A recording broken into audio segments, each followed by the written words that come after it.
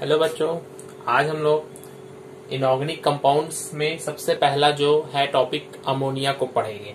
Ammonia, इसका molecular formula आप लोग देख लें, NH3। नाइट्रोजन एक एटम और हाइड्रोजन के 3 एटम्स हैं। जब हम इन दोनों का वेट निकालेंगे, मिलाकर एटॉमिक वेट्स को मिलाकर निकालेंगे तो क्या निकलेगा? मॉलिक्यूलर वेट निकलेगा। तो नाइट्रोजन का मॉलिक्यूलर एटॉमिक वेट होता है नाइट्रोजन का 14 और हाइड्रोजन का 1 होता है, तो 3 हाइड्रोजन होने की वजह से 3, तो मिलाकर हो गया 14 + 3 17। तो molecular weight of ammonia is 17। इसका स्ट्रक्चर देख ले, हमने इसके पहले चैप्टर में पढ़ चुके हैं हम लोग केमिकल बॉन्डिंग। तो हम जानते हैं कि चूंकि यहाँ पर दोनों का दोनों एक नॉन मेटल है, नाइट्रोजन भी एक नॉन मेटल और हाइड्रोजन भी एक नॉन मेटल है, अधातु है, इसलिए इनका जो यौगिक बनता है, जो कंपाउंड्स होगा, वो क्या होगा? एक कोवैलेंट बॉन्ड बनाएगा। तो कोवैलेंट बॉन्ड या सहसंयोजी बंधन कैसे बनता है? इलेक्ट्रॉन्स के शेयरिंग की वजह से बनते हैं।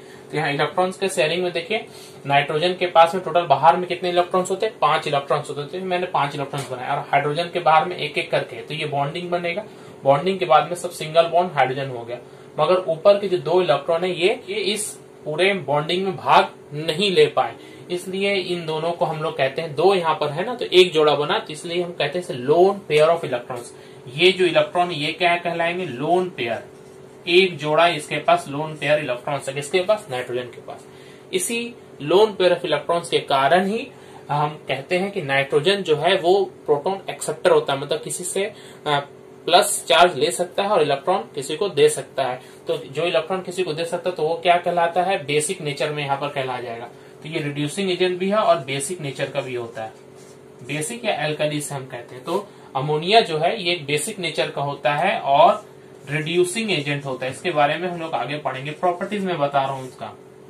और जो सबसे इंपॉर्टेंट यहाँ पर एक पॉइंट आपको याद रखना है अमोनिया का, अमोनिया को आप लोग इसके गंध से पहचान सकते हैं। इसका एक बहुत ही बुरा सा गंध होता है, पंजेंट स्मेल होता है। स्मेल हिंदी में कहेंगे तो तीव्र गंध युक्त गैस। अगर आपसे कहा जाए कि एक ऐसी गैस है जिसका कि गंध पंजेंट है या तीव्र गंध वाली गैस है, तो वो गैस का नाम बताएंगे तो क्या कहेंगे? Ammonia gas. ये गैस ऐसी है जिसको सूंघने पर आंखों में जलन उत्पन्न होती है और आंख से आंसू भी गिरने लगते हैं। तो आंखों में जलन उत्पन्न करने वाली गैस क्या है? अमोनिया गैस है। इस गैस को हम लोग कहाँ पर ज्यादा देख सकते हैं या इसका हम लोग प्रभाव महसूस कर सकते हैं? तो जितने भी खास करके पब्लिक टॉयलेट्स होते हैं जहाँ ज्यादा गंदगी होती है, तो वहां पर जो बहुत सारे लोग जब यूरिन करते हैं तो यूरिन से वहां से अमोनिया गैस निकलती है। वही अमोनिया गैस का गंध जो हम वहां पर देखते हैं, दुर्गंध, वो दुर्गंध किस के कारण होती है? वो अमोनिया गैस के कारण वहां दुर्गंध आती है। तो lab preparation of ammonia gas. Ammonia gas को हम लोग प्रयोगशाला में कैसे बनाते हैं?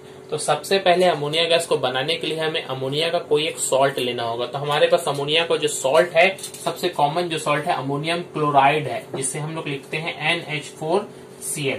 इसे सेल अमोनिया भी कहा जाता है, सेल अमोनियम भी कहा जाता है। याद रखिए, सेल सॉल्ट और अमोनिया का है, इसलिए सेल अमोनिया। सबसे पहले हम लोग अमोनियम क्लोराइड का एक सॉल्ट लेते हैं और उसको किसी एक अल्कली यानी कि क्षार से हम प्रतिक्रिया करते हैं। तो हमारे पास जो क्षार जो उपलब्ध है, NaOH हो सकता है, KOH हो सकता है और कैल्शियम हाइड्रोक्साइड, ये जो है हमारे पास स्ट्रॉन्ग बेस या स्ट्रॉन्ग एल्कलीज है। तो ये इनमें ये सबसे इजीली अवेलेबल है और बहुत सस्ता पड़ता है। तो हम अमोनियम क्लोराइड के साथ में इसका एक रिएक्शन कराते हैं, तो प्रयोगशाला में या लैबोरेटरी में हम लोग देखते हैं हमारे पास अमोनिया गैस उत्पन्न होता है। तो जब भी कोई एक अमोनियम सॉल्ट कोई एक एल्कली यानी कि क्षार से रिएक्शन करता है तो क्या होता है, पहले उसको देख लेंगे। जब भी कोई एक अमोनियम सॉल्ट एक एल्कली से रिएक्शन करता है तो एक मेटल का सॉल्ट बनता है जिसका ये एल्कली है। अगर ये सोडियम का है तो सोडियम का सॉल्ट बनेगा और कैल्शियम का तो कैल्शियम का सॉल्ट बनेगा, प्लस वाटर और अमोनिया गैस बनेगा। तो यहाँ पर सबसे पहले हम लोग क्या करते हैं, अमोनियम सॉल्ट कौन सा लेते हैं? सबसे इजी हमारे पास अमोनियम क्लोराइड। इसके अलावा भी हमारे पास है अमोनियम सल्फेट, अमोनियम नाइट्रेट, उनका भी फॉस्फेट, इसका भी इस्तेमाल हम लोग कर सकते हैं, मगर हम इसका इस्तेमाल करेंगे अमोनियम क्लोराइड प्लस एल्कली कौन सा लेंगे? CaOH whole 2 equal to salt क्या बनेगा? ये कैल्शियम और ये क्लोरीन का आपस में सॉल्ट बनेगा CaCl2 कैल्शियम क्लोराइड, H2O, अब प्लस यहां लिख रहे हैं देखें NH3। इसे बैलेंस करेंगे आप लोग। तो बैलेंस करने के लिए सबसे पहले मेटल से देख लें, कैल्शियम यहाँ 1 है, कैल्शियम 1 है, फिर उसके बाद नॉन मेटल्स में आप क्लोरीन देख ले, यहाँ क्लोरीन 1, यहाँ पर क्लोरीन 2, तो यहाँ पर 2 अगर लगा देंगे तो क्लोरीन बैलेंस हो गया, मगर 2 लगाने से नाइट्रोजन कितना हो गया, 2 हो गया, और यहाँ नाइट्रोजन 1 है, तो यहाँ भी 2 लगा दे तो नाइट्रोजन भी कितना हो गया, 2 हो गया। अब हाइड्रोजन को बैलेंस कर देखिए, टोटल यहाँ हाइड्रोजन 8 और यहाँ पर कितना है 2 × 1 2, टोटल 10 है, लेफ्ट साइड में 10 है, और राइट साइड में कितना है, यहाँ पर अब पहले ही 6 हो चुका है, तो यहाँ और कितना देना पड़ेगा, 4 करना पड़ेगा, तो 2 है, तो सामने 2 मल्टीप्लाई करेंगे तो 4 हो गया। ऑक्सीजन को देखिए, ऑक्सीजन कितना है, यहाँ 2 और यहाँ पर 2, बाकी सब देखिए अब बैलेंस हो गया, हर एक को देख ले सब बैलेंस्ड है यहाँ पर। तो हमारा जो रिएक्शन हुआ 2NH4Cl plus CaOH2 equal to CaCl2 plus 2H2O plus 2NH3। चूंकि ये गैस के रूप में निकल रहा है तो इसे हम लोग ऐसा ऊपर की तरफ एरो देते हैं, क्योंकि कोई भी गैस जो ऊपर की तरफ जाता है उसे हम लोग एरो से दिखा सकते हैं। यहाँ पर ये तो अमोनियम क्लोराइड लेते हैं 910, कैल्शियम हाइड्रोक्साइड इसे बूझा चूना कहा जाता है या स्लेक्ड लाइम कहते हैं हम लोग, स्लेक्ड लाइम या बूझा हुआ चूना। तो जब नौसादार को स्लेक्ड लाइम के साथ क्रिया कराते हैं बूझे चूने के साथ में तो हमें अमोनिया गैस मिलती है। ये हुआ पहला lab reaction of ammonia gas का मेन सिद्धांत। अब इसे हम लोग पॉइंट वाइज हमें पढ़ना पड़ता है। हमें क्या पहला क्वेश्चन आएगा हमारे पास में कि प्रयोगशाला में अमोनिया गैस को बनाने के लिए आवश्यक रासायनिक पदार्थ क्या क्या है। पहला पॉइंट है आवश्यक रासायनिक पदार्थ। तो आवश्यक रासायनिक पदार्थ कहने का मतलब है जिनके बीच में क्रिया हो रही है। तो यहाँ पर किनके बीच में क्रिया हो रही है, अमोनियम क्लोराइड और कैल्शियम हाइड्रोक्साइड। तो हम क्या लिखेंगे, अमोनियम क्लोराइड और बूझा चूना यानी कि कैल्शियम हाइड्रोक्साइड, दोनों को नाम और फॉर्मूला के साथ में लिखेंगे। अमोनियम क्लोराइड लिखेंगे ब्रैकेट में NH4Cl, कैल्शियम हाइड्रोक्साइड लिखेंगे या बूझा चूना लिखेंगे ब्रैकेट में CaOH2।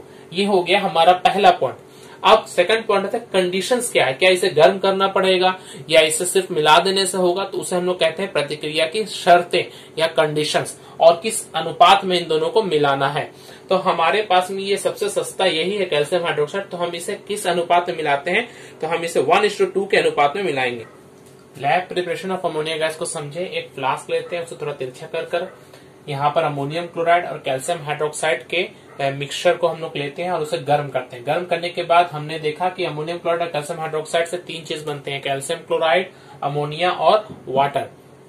कैल्शियम क्लोराइड सॉल्ट होता है, वो ठोस सॉलिड के रूप में वो यहाँ पर ही रह जाएगा, और ये अमोनियम क्लोराइड के साथ में वाटर वेपर भी इसके साथ में यहाँ पर आने लगेगा। तो हमें जो अमोनिया गैस मिल रही है उसमें क्या वाटर वेपर भी है, यानी कि वो भीगा हुआ है, तो उसे हमें सुखाना पड़ेगा। तो सुखाने के लिए हम लोग क्या करते हैं, इसे एक चेम्बर से गुजारते हैं, जो कि ड्राइंग एजेंट कौन सा है, CaO कैल्शियम ऑक्साइड का ये एक चेम्बर है।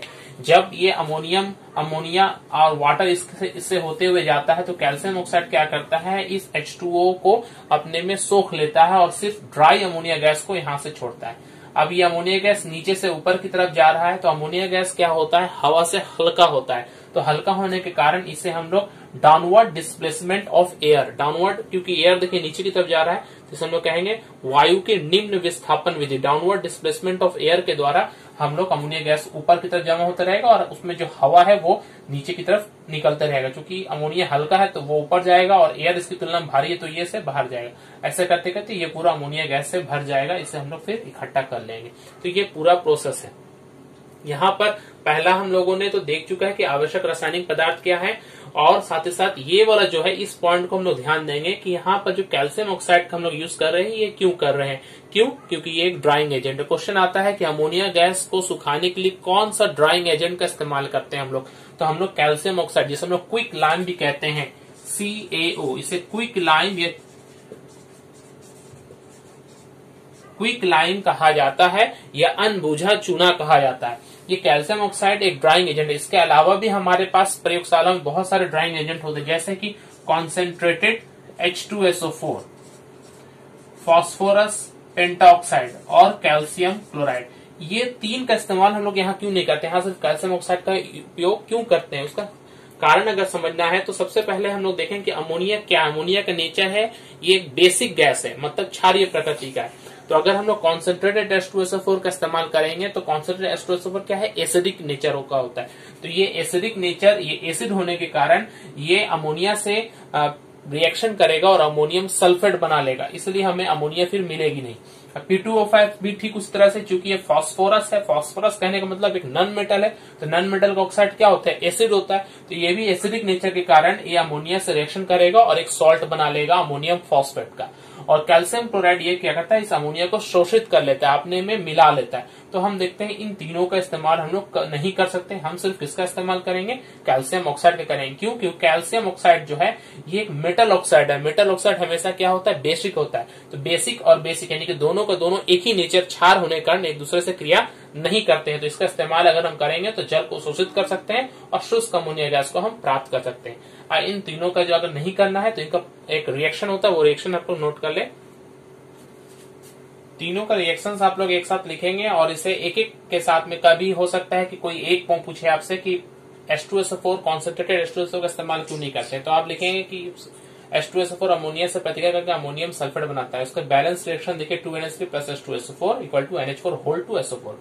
फिर उसी तरह से पूछा जाएगा फास्फोरस पेंटॉक्साइड का इस्तेमाल क्यों नहीं करते हैं, तो फास्फोरस पेंटॉक्साइड का इस्तेमाल इसलिए नहीं करते हैं क्योंकि ये प्रतिक्रिया करके क्या बनाएगा, फॉस्फोरिक अमोनियम फॉस्फेट बनाएगा। यहाँ पर ध्यान देंगे, यहाँ पर H2O भी लिखा गया है, क्यों, ये सुखाने के तो काम आ रहा है, मगर ये फास्फोरस पेंटॉक्साइड क्या करता है, ये इस वाटर को एब्जॉर्ब करता है और एब्जॉर्ब करने के बाद ये खुद फॉस्फोरिक एसिड बना देता है। ये फॉस्फोरिक एसिड फिर इस अमोनिया के साथ में रिएक्शन करके अमोनियम फॉस्फेट बनाता है। और कैल्शियम क्लोराइड का इस्तेमाल क्यों नहीं कर रहे हैं, क्योंकि अमोनिया को वो क्या कर रहा है, शोषित कर ले रहा है, एब्जॉर्ब कर ले रहा है। 8NH3 CSO.8NH3 इसे आप लोग पूरा याद कर लेंगे। Liquid ammonia and liquor ammonia.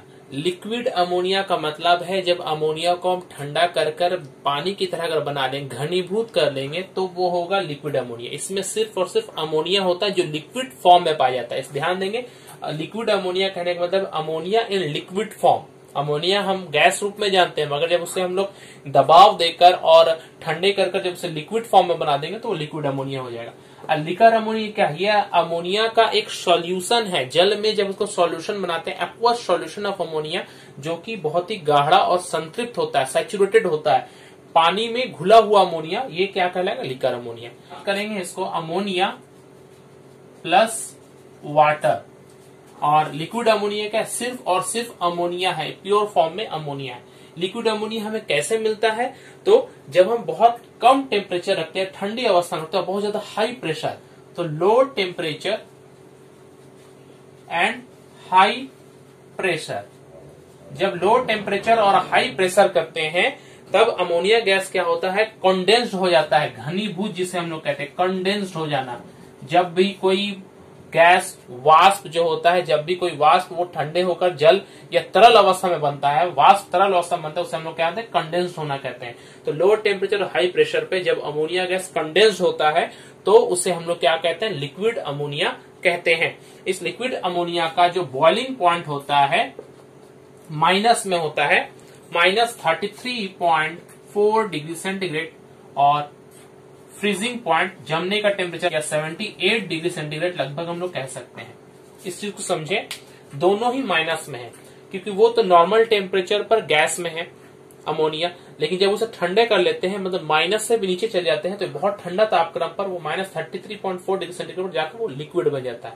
और वो -78 से भी अगर उसको कम कर देंगे, -70 80 डिग्री कर देंगे, तो वो क्या ना सॉलिड बन जाएगा, जिसे हम ड्राई आइस के रूप में भी, जैसे कार्बन डाइऑक्साइड में हमने ड्राई आइस पढ़ा है, वैसे यहाँ पर भी वो ड्राई आइस है। तो -33.4 से लेकर -78 के बीच में वो कौन सा फॉर्म में होता है, वो लिक्विड फॉर्म में होता है। कौन, अमोनिया। अमोनिया -33 से लेकर -78 तक लिक्विड फॉर्म में होता है। -33 से हम ऊपर की तरफ जाएंगे, -32 -31 ऐसे करते 0 डिग्री तक भी अगर आएंगे तो वो क्या रहेगा, सब गैस फॉर्म में रहेगा। तो नॉर्मल टेम्परेचर, जैसे अभी हम लोग रूम का जो टेम्परेचर है 30 डिग्री 31 डिग्री जो भी टेम्परेचर है, उस टेम्परेचर से लेकर -33.4 तक वो किस रूप में देखा जाता है, गैस रूप में देखा जाता है। और उसके बाद जब इससे भी ठंडा हो जाता है, इस टेम्परेचर से नीचे चला जाता है, तो वो क्या बन जाता है, वो लिक्विड बन जाता है। और जमता कितना में, -78 पर जमता है। तो ये है लिक्विड अमोनिया। ये बहुत ही ठंडा होता है, जिसका इस्तेमाल हम लोग कोल्ड स्टोरेज में भी कर सकते हैं। कोल्ड स्टोरेज में बड़े बड़े टैंक्स होते हैं, जिनमें अमोनिया को ठंडे करके लिक्विड रूप में रखा जाता है, और ये दूसरे चीज को ठंडा करने के काम में आता है। तो कोल्ड स्टोरेज में या रेफ्रिजरेंट के रूप में इस लिक्विड अमोनिया का इस्तेमाल होता है। ओके, लिकर अमोनिया क्या है, लिकर अमोनिया असल में अमोनिया का गाढ़ा संतृप्त घोल है। ध्यान देंगे इस चीज को, अमोनिया का गाढ़ा संतृप्त घोल सैचुरेटेड सॉल्यूशन को हम लोग क्या कहते हैं, लिकर अमोनिया कहते हैं। लिकर अमोनिया की परिभाषा आएगी तो क्या हम कहेंगे, अमोनिया गाढ़ा संतृप्त घोल को लिकर अमोनिया कहा जाता है। इस घोल में 35% लगभग अमोनिया होता है। कितना होता है, 35%। टोटल 100 ग्राम सॉल्यूशन में अगर 100 ग्राम है तो 65 ग्राम जो हमारा, इस 100 ग्राम में 65 ग्राम जल होगा और 35 ग्राम अमोनिया होगा। ये लिकर अमोनिया जो है ये भी बहुत ही डेंजरस है हमारे आंखों के लिए, क्योंकि लिकर अमोनिया जो पानी में घुला रहता है, अगर किसी भी चीज से अगर हम इसका प्रेशर कम कर दें तो ये गैस जो है उस पानी से निकलकर बाहर आएगा और हमारे आंखों में पड़कर हमारे आंखों को नुकसान पहुंचा सकता है। यहाँ तक कि परमानेंट ब्लाइंडनेस भी उत्पन्न हो सकती है। तो लिकर अमोनिया की जो बोतल, एक क्वेश्चन आता है कि लिकर अमोनिया के बोतल को ठंडा करके क्यों खोलना चाहिए। कोई भी गैस टेम्परेचर कम करने पर उसकी घुलनशीलता बढ़ती है, टेम्परेचर घटाने पर वो ज्यादा घुलता है और टेम्परेचर बढ़ाने पर वो कम घुलता है। ठीक उल्टा है, ध्यान देंगे, टेम्परेचर जैसे जैसे बढ़ेगी उसकी घुलनशीलता क्या वो घटेगी। तो अगर ठंडा करेंगे, टेम्परेचर कम करेंगे तो क्या होगा, अधिक घुलनशील होगा। तो जब हम उस लिकर अमोनिया के बोतल को ठंडा कर लेते हैं तो ठंडा कर लेने पर क्या होता है, उसमें ज्यादा से ज्यादा अमोनिया घुला रहता है, वो बाहर नहीं निकलेगा। तब उसके ढक्कन को खोलेंगे तो हमारे आंखों पर कम अमोनिया गैस जाएगी और वो हमारे आंखों को उतना नुकसान नहीं पहुंचाएगी। लेकिन अगर नॉर्मल टेम्परेचर पर अगर हम उसको ढक्कन को खोलते हैं तो ढक्कन को खोलने से उसमें प्रेशर क्या होता है, कम हो गया, तो उसमें ज्यादा से ज्यादा अमोनिया गैस बाहर निकलने लगेगी। तो हमारे आंखों पर पड़कर हमारे आंखों में जलन उत्पन्न करेगी और ज्यादा परिमाण में अगर ये हो जाए तो आंखों में जलन के साथ साथ आंखों को अंधा भी बना सकता है।